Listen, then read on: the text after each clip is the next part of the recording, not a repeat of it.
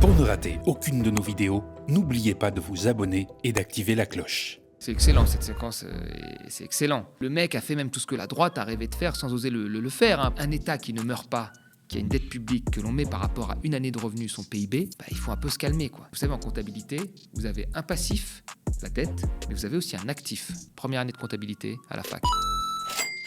Bonjour tout le monde, je suis ravie de vous retrouver pour un nouvel épisode de l'Instant Porcher. À l'heure où l'on est assommé par les discours de toutes parts, il est bon de se poser, de faire le tri et de décrypter.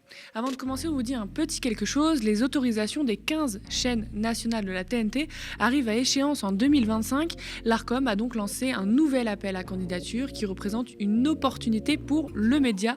Nous allons déposer un dossier de candidature pour être diffusé sur la TNT. Une tâche loin d'être simple, voilà pourquoi on en appelle aux spécialistes des médias, de la télé, juristes, experts techniques pour nous aider à monter ce dossier de candidature et marquer un nouveau tournant historique dans l'histoire des médias indépendants et engagés. Soutenez-nous, abonnez-vous, parlez de nous, parlez de vous. Bonjour Thomas. Salut Lisa. Alors avec toi aujourd'hui au programme, Bruno Le Maire, après les économies, s'attaque à son nouveau chantier vieux comme le monde, simplifier la vie des entreprises. Puis on ira faire un tour par les Républicains qui eux aussi fustigent le gouvernement au sujet de la dette française. C'est parti.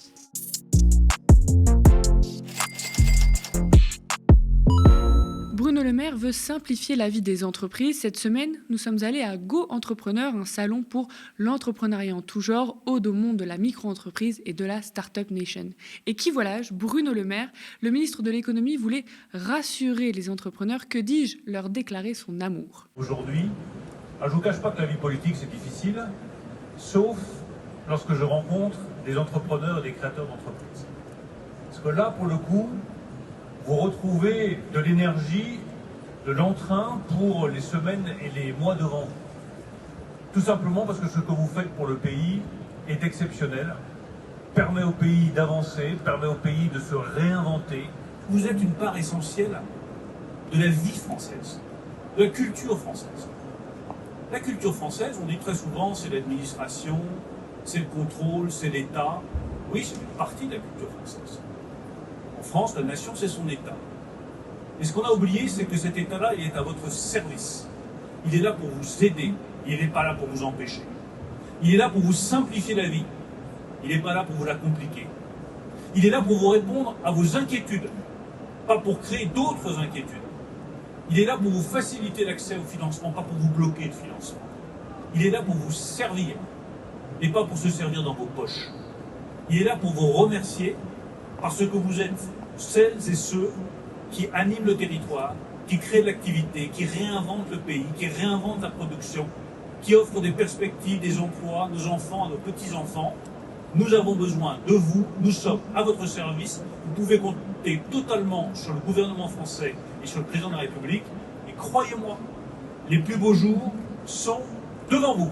Au service des entreprises, on a bien entendu, l'a répété plusieurs fois. Thomas, cette déclaration d'amour, est-ce que ça ne montre pas une fois de plus la vision de l'économie pour Bruno Le Maire ? Si, c'est très clairement une politique de l'offre, c'est-à-dire une politique qui est basée sur les entreprises, qui a commencé sous François Hollande, avec Emmanuel Macron comme ministre de l'économie, qui s'est poursuivie sous Macron et qui se poursuit encore. Et Bruno Le Maire, en faisant ça, il voit aussi derrière Emmanuel Macron pour encore plus loin poursuivre cette politique de l'offre. Mais le but, c'est quoi dans cette politique ? C'est très simple, c'est de baisser la fiscalité sur les entreprises. C'est tout un discours où on va nous dire que, oui, vous savez, c'est les entreprises qui créent des emplois, c'est les entreprises qui permettent l'innovation. Les entreprises, il faut déréglementer, les laisser tranquilles et les laisser faire. À l'époque, des gens comme Emmanuel Macron et Bruno Le Maire pensaient que quelqu'un comme Elon Musk, c'était super. Puis depuis qu'il a repris Twitter, on se rend compte que finalement, laisser trop de pouvoir au secteur privé, ça peut être parfois dérangeant.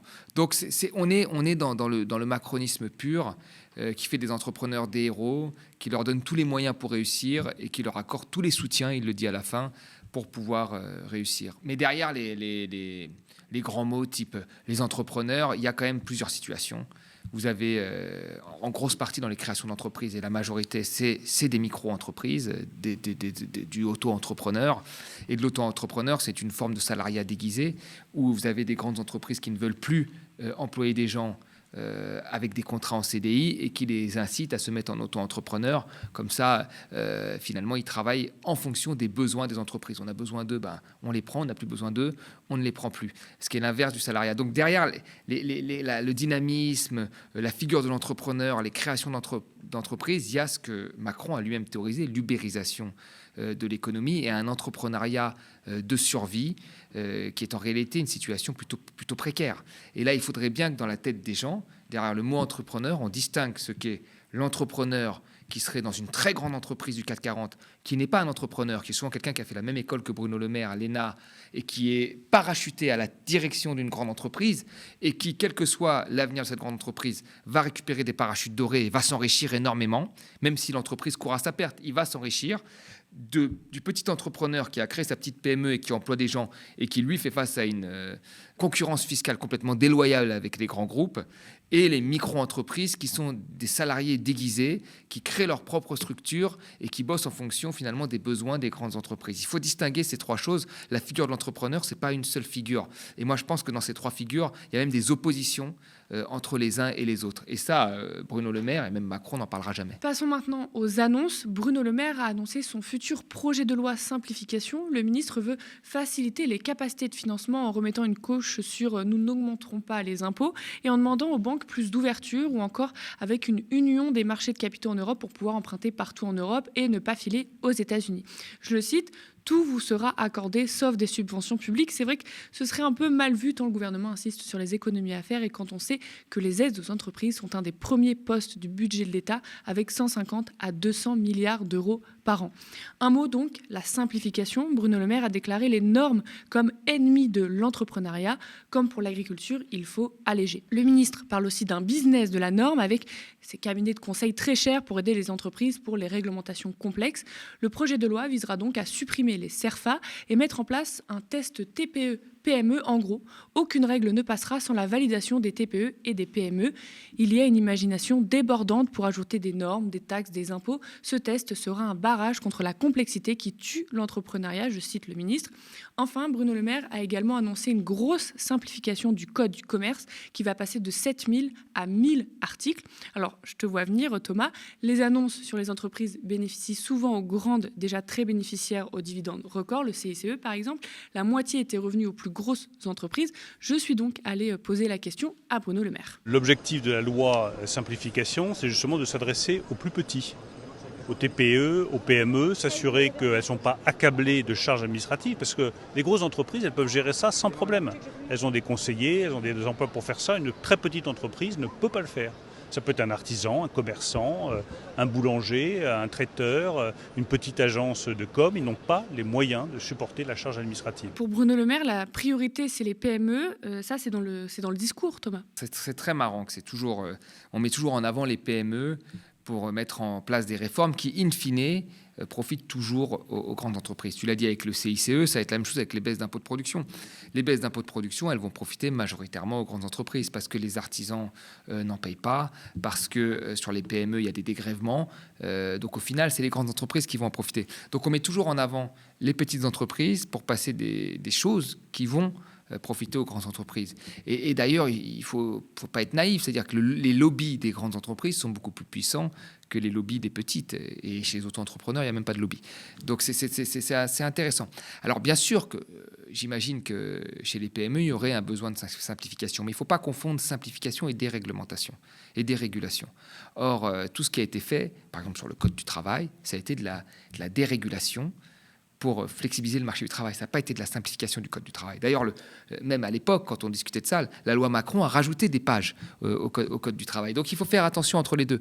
Et on sait très bien que le gouvernement a toujours été dans la déréglementation. Et cette déréglementation a profité aux grandes entreprises qui, effectivement, et là il a raison de le rappeler Bruno Le Maire, ont la capacité à échapper, à maximiser leur pression fiscale à la baisse.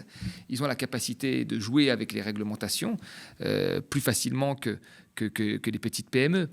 Ça, c'est sûr. D'ailleurs, les PME ne sont pas orientées à l'export. Donc, dans la majorité des cas, elles sont sur le territoire national et la concurrence est plutôt locale qu'internationale.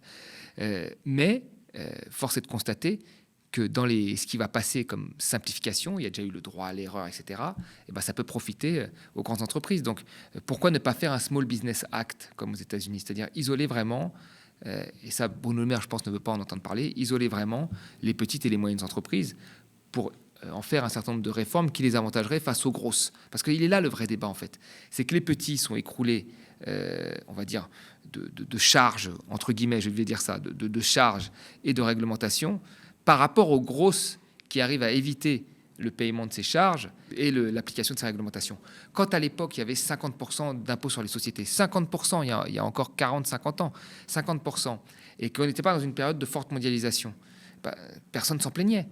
Les gens ont commencé à se plaindre de la pression fiscale à partir du moment où il y a eu cette injustice fiscale, ou dans les années 90, c'est là que ça a commencé, des grandes entreprises arrivent à échapper à l'impôt, quand d'autres n'ont pas les moyens de le faire et payent l'impôt et sont mises en concurrence avec ces entreprises. Donc quelqu'un qui ouvre un café va être en face d'un grand cafetier américain qui, lui, ne paye pas d'impôt. C'est là que ça devient injuste et que ça devient impossible à tenir. Donc, oui, il faudrait prendre en compte la difficulté des petites entreprises. Ça passe pas forcément par la baisse de réglementation, ça passe aussi parfois par des lois qui leur permettent d'obtenir des marchés. Ça passe aussi par le fait qu'elles doivent avoir des clients. Ça passe par des réglementations qui permettent d'encadrer la concurrence des gros face à elles. Pendant très longtemps, on fermait les grandes surfaces à une certaine heure pour que les épiceries de quartier puissent vivre. Je veux dire, si on veut tout déréglementer, c'est David contre Goliath. Si on fait en sorte de fixer des règles pour que le petit commerce puisse vivre, ça se passe bien. Et ça revient maintenant, y compris dans les communes où les petits commerces sont désertés. Vous avez des managers maintenant de centre-ville qui prônent la réinstallation des petits commerces. Certains se sont rendus compte que les centres commerciaux, ce n'était pas ce qu'il y avait de plus beau. Donc, on essaie de refaire vivre des centres-villes. Donc, oui, il faut se soucier des PME, mais ce n'est pas en passant des règles globales qui, on le sait, in fine, vont profiter aux grosses que ça va être forcément efficace pour les petits. Justement, on a posé la question à Bruno Le Maire sur la différence petite-grande entreprise. On va regarder ça. Vous engagez à créer des règles différenciées si c'est des très grandes entreprises ou des PME, comme le droit à l'erreur, par exemple, qui pour l'instant est pour toutes les entreprises? Il faut que les règles soient les plus simples possibles pour les petits. Le rôle de l'État, c'est de protéger les petits. La meilleure façon de protéger les petits, c'est de leur imposer des règles qui soient les plus souples possibles, les plus simples possibles, d'éviter de multiplier à chaque fois les obligations, les contraintes, les déclarations dont les gens ne se sortent pas. Quand je dis qu'on va supprimer tous les CERFA, qui ça concerne en priorité? Les artisans, les commerçants, les indépendants, les très petites entreprises, tous ceux qui font vivre le pays et qui en ont assez de remplir de la paperasse au lieu de faire leur job. Alors, il n'a pas vraiment répondu à la question, alors on l'a reposé. Et pour les grandes entreprises, votre projet, du coup? Les grandes entreprises, elles vont être concernées également, mais je le redis, ma préoccupation numéro 1, c'est les petites entreprises, c'est les petits entrepreneurs, c'est les artisans, c'est les commerçants, c'est eux qui n'ont pas les moyens de remplir des déclarations qui sont trop lourdes, c'est eux qui ne s'en sortent pas lorsqu'ils font face à des obligations administratives qui sont trop lourdes, c'est eux qui ont besoin de conseils et d'accompagnement. Donc ma priorité, elle va à cette population-là, qui trime, qui se donne beaucoup de mal, qui croit dans l'avenir du pays et qui a simplement besoin qu'on la comprenne et qu'on lui simplifie la vie. Pas très convaincant, Thomas, j'ai l'impression. C'est excellent, cette séquence, et c'est excellent. Parce que là, il résume en fait tout seul, face à tes questions, exactement ce que je viens de dire. C'est-à-dire que ce qui est mis en avant, c'est les artisans. Alors toujours, mais on aurait pu dire la même chose pour les impôts de production. C'est les artisans, c'est les petites entreprises, mais ces règles s'appliqueront aussi aux grandes entreprises. Et in fine, quand toutes les études d'impact seront faites, on verra que, mince, ces règles ont plus profité aux grandes entreprises. Donc c'est exactement ce qu'on nous a dit toujours. Et le problème, c'est que dans toutes ces simplifications qu'on nous dit, ces baisses de réglementation, la semaine dernière, on était en plein débat sur les polluants éternels. Et beaucoup de gens accusaient les industriels de ne pas avoir réalisé les contrôles qu'il fallait, de ne pas avoir appliqué un certain nombre de règles qu'il fallait, et même d'avoir défendu pendant très longtemps des choses qu'ils savaient être possiblement nocifs. Et bien voilà, qu'est-ce qui va se passer si on déréglemente encore plus? Voilà, on va donner encore plus de pouvoir à des entreprises qui se sentent déjà mais au-dessus des lois, puisque chaque fois il y a une affaire, l'affaire du diesel, l'affaire des eaux contaminées en bouteille, chaque fois ça va de plus en plus loin. Donc elles se sentent au-dessus des lois et on va leur donner encore plus de facilité.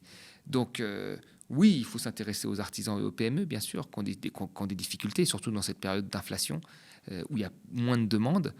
Et rappelons-le, hein, les dernières études de l'INSEE montraient que leur première préoccupation, c'est le carnet de commandes, donc c'est le fait qu'il y ait de la demande. Mais il ne faut pas être dupe non plus sur le fait que, in fine, ça profitera aux grosses et que les grosses ont déjà un pouvoir de marché énorme et que le but, c'est de contenir ce pouvoir de marché pour qu'elles payent leurs impôts, pour qu'elles respectent un certain nombre de règles et qu'elles ne se comportent pas n'importe comment. Et donc au Salon d'entrepreneurs, c'était André Imanivit, notre camarade et collègue aux médias, qui était à la caméra. On voit quand même une réelle différence entre le traitement accordé aux entreprises et les chômeurs, eux, qui subissent de plus en plus de contraintes. Ce n'est pas les mêmes méthodes, là, suivant à qui on s'adresse. Oui, tout à fait. Là, c'est clairement, il faut le moins de règles possible. Pas un mot sur les aides aux entreprises, pas un mot sur l'efficacité des aides aux entreprises ou les conditions qui sont données en échange des aides. On encourage. Alors que de l'autre côté, les chômeurs, il y a de plus en plus de conditions pour être chômeur, il y a de plus en plus de durcissement pour obtenir des prestations. Donc on voit bien qu'il y a effectivement une double mesure. Et dans la tête de Bruno Le Maire, on choisit d'être chômeur. Donc comme c'est un choix, il faut le punir. Je dirais rien de neuf en Macronie. Le déficit, la dette, les économies, des sujets au cœur du pays depuis plusieurs mois, et la droite s'empare aussi du sujet pour tacler le gouvernement. Les députés LR utiliseront leur droit de tirage pour créer une commission d'enquête sur les raisons de la très forte aggravation de la dette sous la présidence d'Emmanuel Macron et ses conséquences pour le pouvoir d'achat des Français. Les Républicains fustigent l'impact des dernières décisions sur les retraites et la santé. Longtemps, les Français ont cru que la dette, c'était un sujet virtuel. Certains politiques ont cru aussi que la dette était un sujet virtuel. Je me souviens que le président de la République, à une époque, philosophait sur la dette perpétuelle. Il a suivi toutes les modes, donc il a aussi suivi cette mode il y a quelques années de l'idée d'une dette perpétuelle. Et aujourd'hui, on se rend compte que la dette, elle a un prix. Vous savez, on dit 44 000 euros par Français. J'aime bien faire le calcul à l'échelle d'une famille. On est donc à près de 180 000 euros. Et encore, tout ça, 44 000 euros, c'est sans prendre en compte le coût des retraites de la fonction publique qui ne sont pas provisionnées. Donc c'est un coût en réalité beaucoup plus important. Voilà, donc on est dans cette situation aujourd'hui où on est au pied du mur et où les décisions qui seront prises auront un impact sur le pouvoir d'achat, alors qu'il aurait été tellement plus sérieux, tellement plus sage depuis 2017 de ne pas aggraver une situation qu'on savait extrêmement périlleuse, puisque je me souviens d'un Premier ministre qui avait dit en 2007 « Je suis à la tête d'un État en faillite ». Thomas, tu viens de l'entendre. Est-ce que c'est vraiment la dette le problème ? Non. Alors là, on est vraiment dans toutes les idées reçues. Alors, je comprends que politiquement, la droite cherche un espace, parce que Macron est tellement de droite aujourd'hui, il a tellement grappillé tout ce qu'il y avait à grappiller à droite, qu'est-ce que peut dire la droite ? Je vais dire, non mais c'est vrai, il a fait 2 lois travail, il va faire 3 réformes sur l'assurance chômage, il a supprimé un certain nombre de postes de fonctionnaires. Donc le mec a fait même tout ce que la droite a rêvé de faire sans oser le faire, hein, parce que à l'époque, la droite c'était passer le CPE, c'était ça, hein, c'était un contrat pour les jeunes, c'était pas passer des lois travail. La gauche a passé sa première loi travail, ce que n'avait pas osé faire Sarkozy, hein, c'est Hollande qui l'a fait, merci Hollande, le PS, hein, nous ne l'oublions jamais. Et puis après, il y a la suite qui a été faite par Macron, un ministre du PS, ne l'oublions pas aussi, soit dit en passant. Alors donc là, en fait, ils essaient de trouver un espace politique et ils attaquent là-dessus. Mais le discours qu'il a fait est quasiment le même discours qu'a fait une partie de la gauche socialiste après Sarkozy, la crise de 2008, où Sarkozy avait était au secours des banques en mettant de l'argent et avait fait augmenter également la dette publique. Mais tous les pays avaient fait ça. La réalité, c'est que tous les pays avaient fait ça. Et là, il nous plonge dans les mêmes questions qu'en 2011, c'est-à-dire dans le tournant de rigueur budgétaire, avec des coupes très fortes sur la dépense publique, qui vont nous amener, on le sait, vers un ralentissement de l'activité économique. Mais dans ce qui est dit là, revenons rapidement sur ce qui est dit, c'est alors bon, la dette a augmenté, oui, mais elle a augmenté dans tous les pays. Elle a augmenté plus vite en Espagne, plus vite au Royaume-Uni, plus vite aux États-Unis, plus vite au Japon, plus vite au Canada. D'accord ? Ça, c'est la première des choses qu'il faut voir. Sans défendre Macron, mais c'est un constat. La deuxième des choses, c'est qu'ils disent que les gens naissent avec une dette de 40 000, c'est ça, 40 000 euros. C'est parfaitement faux. Parce que vous savez, en comptabilité, vous avez un passif, la dette, mais vous avez aussi un actif. Première année de comptabilité à la fac. Dans l'actif, c'est tous les bâtiments des administrations publiques, toutes les entreprises publiques, etc. Cet actif dépasse ou est quasiment égale à la dette. Ce qui fait que, ça dépend des calculs, mais ce qui fait que nous héritons plus d'un actif net que d'une dette. D'accord ? Et si nous héritons d'une dette, imaginons que la dette continue à augmenter, elle sera largement plus faible que ce qui est dit. Ça, c'est la première des choses. Et la deuxième des choses, c'est que si nous mettons la dette publique de l'État français en fonction de son PIB annuel, ce que nous faisons, nous avons effectivement une dette qui est très élevée. Si nous faisions la même chose pour un ménage privé, c'est-à-dire qu'on mettait la dette d'un appartement sur son revenu annuel, on est tous à des dettes mais qui sont à 200, 300, 400, 500, 600%. Vous voyez ? Et donc, un État qui ne meurt pas, qui a une dette publique que l'on met par rapport à une année de revenu, son PIB, il faut un peu se calmer, quoi. Il faut se calmer. Donc oui, notre dette a augmenté. Oui, elle a augmenté partout. Ce n'est pas très grave. Ce qui est grave, c'est qu'il y a un certain nombre de pays, dont l'Allemagne, qui pratiquent une politique d'austérité budgétaire qui leur pose des problèmes parce qu'ils sont en récession, un peu moins que nous parce qu'ils sont vieux, et que le rôle de la France, deuxième puissance de la zone euro, est d'aller voir l'Allemagne et de dire on arrête cette politique parce qu'elle nous mène droit dans le mur en termes d'activité économique. C'est ça le vrai problème. Et là, les LR, ils passent encore à côté du vrai problème, ce qui n'est pas étonnant. Oui, parce que là, ils font les défenseurs du pouvoir d'achat des Français, que ça fait du mal à leur santé parce qu'ils peuvent moins se rembourser des médicaments, ou alors que ça va faire geler leur retraite pendant 1 an. Donc, ils font vraiment les défenseurs du pouvoir d'achat. Le gel de retraite, ça n'arrivera que si on écoute des idées de la droite, et notamment de la droite du macronisme, qui veut geler les retraites pour réduire les déficits et envoyer un bon signal aux agences de notation. Donc, en fait, ça se mord la queue, c'est-à-dire que les solutions qu'ils proposent sont des solutions qui vont faire mal aux Français. Vous voyez, la dette publique, les Français, ils s'en foutent, il n'y a pas d'impact sur eux.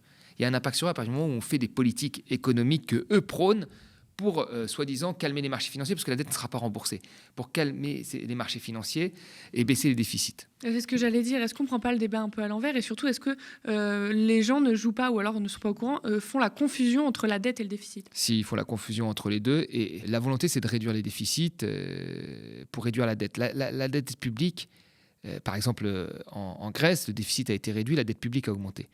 Donc ça n'a pas vraiment grand-chose à voir au final. Le déficit, vous devez le réduire pour rentrer dans les clous, dans les fameux clous de 3% que veut la Commission européenne, et qui est quelque chose d'idiot dans cette période-là. Parce que nous avons des investissements massifs à faire, parce que nous nous rendons compte qu'il y a aux portes de l'Europe une géopolitique un peu plus agressive et qu'il y a des investissements également à faire.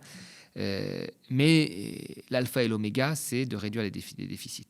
Et puis vous avez la dette publique, qui est une dette qui a augmenté, avec 2 crises successives, parce que vous savez, avant la crise 2008, la dette publique française, elle était à 65% du PIB. C'est-à-dire qu'elle était légèrement au-dessus des critères de Maastricht, 65% du PIB. 1 an après la crise, en 2008, elle était à 79% du PIB. Puis, le fait qu'il y ait moins d'activité économique l'a fait augmenter petit à petit. Et là, la crise du Covid, elle a fait un bond aussi énorme. Mais ça a été le cas dans tous les autres pays. En fait, la dette, il faut comprendre une chose, c'est que la dette roule. Nous avons eu des moments dans l'histoire de la France où la dette a été bien plus élevée que celle que nous vivons aujourd'hui. À l'après-guerre, par exemple. Voilà, on n'en est pas mort. Donc la dette, elle roule. L'important, c'est de pouvoir toujours la refinancer, cette dette. Donc c'est les taux d'intérêt. C'est ça qui est le plus important. Et aujourd'hui, même si les taux d'intérêt augmentent, la situation reste encore largement acceptable. On retourne un peu aux années 90. Et il faut observer ça, il faut faire attention. Mais il ne faut pas faire des frappes préventives dont l'impact va être plus fort que le mal en lui-même, qui est celui de la dette. Mais c'est ça coûte plus cher que ça ne rapporte de ne pas investir aujourd'hui. Tout à fait. Déjà, une grosse partie de notre déficit, c'est pas des dépenses de fonctionnement, comme on nous dit. Ça a été de l'investissement. Parce que quand on retire finalement l'investissement du déficit, on est en excédent. Donc, et ça depuis les années 80. Donc, notre dette finance majoritairement de l'investissement. Et puis, il y a plein de choses qui ne sont pas considérées comme des investissements, comme l'hôpital, l'éducation, alors que ce sont des investissements. C'est pas des dépenses neutres, c'est un investissement. Donc, il faut avoir un autre rapport aux choses. Il faut observer la dette, il faut observer son évolution, bien sûr, mais les frappes préventives, et nous l'avons vu avant le Covid, font parfois plus de mal que de simplement surveiller la dette. Entre 2008 et 2016, nous l'avons rappelé beaucoup ici, entre 2008 et 2016, notre dette a augmenté beaucoup moins vite qu'un certain nombre de pays de la zone euro et des États-Unis. Et pourtant, nous avons fait des coupes sur l'hôpital, des coupes dans l'éducation, des coupes sur les collectivités locales pour, soi-disant, maîtriser cette dette. La finalité, c'est qu'on est arrivé devant la crise sanitaire, nos hôpitaux, ils étaient à genoux. Sur l'éducation, il y a plein de problèmes. Sur les collectivités locales, il y a plein de problèmes dans les crèches, dans le périscolaire. Donc nous avons fait toutes ces coupes pour réduire le déficit et réduire la dette, alors que finalement, nous n'en avions pas besoin. Et qu'à la fin, avant le Covid, même les économistes macronistes nous disaient « Oh, on peut relâcher », des gens comme Blanchard ou Pisani-Ferry nous disaient « On peut relâcher, on peut laisser un petit peu les déficits, il n'y a pas de souci. » Vous voyez ? Et donc, moi, j'aimerais qu'on ne refasse pas les mêmes erreurs et qu'on ne fasse pas des coupes aveugles comme ça qui vont faire souffrir une partie des Français. Merci à vous, chez vous, d'avoir suivi cet épisode de l'Instant Porcher. J'attrape une dernière fois votre attention avant de se quitter. La situation politique est inédite et urgente. 2 directs par jour, du terrain, du reportage, mais aussi de l'enquête. Le média, c'est 25 travailleurs et travailleuses qui produisent de l'information au quotidien. Alors abonnez-vous aux médias à partir de 5 € par mois. L'abonnement, c'est notre moyen de financement le plus pérenne, le plus solide. Être abonné, c'est faire vivre une chaîne télé d'information indépendante et engagée, accessible à tous et tous en francophonie. Être abonné, c'est faire vivre le pluralisme et le débat dans le très petit monde de la télé. Nous sommes ravis de décrypter l'actualité avec Thomas chaque semaine. Merci pour tous vos pouces en l'air et commentaires qu'on lit sous les vidéos YouTube. Spectateurs, abonnés, donatrices et sociaux, je vous dis à la semaine prochaine.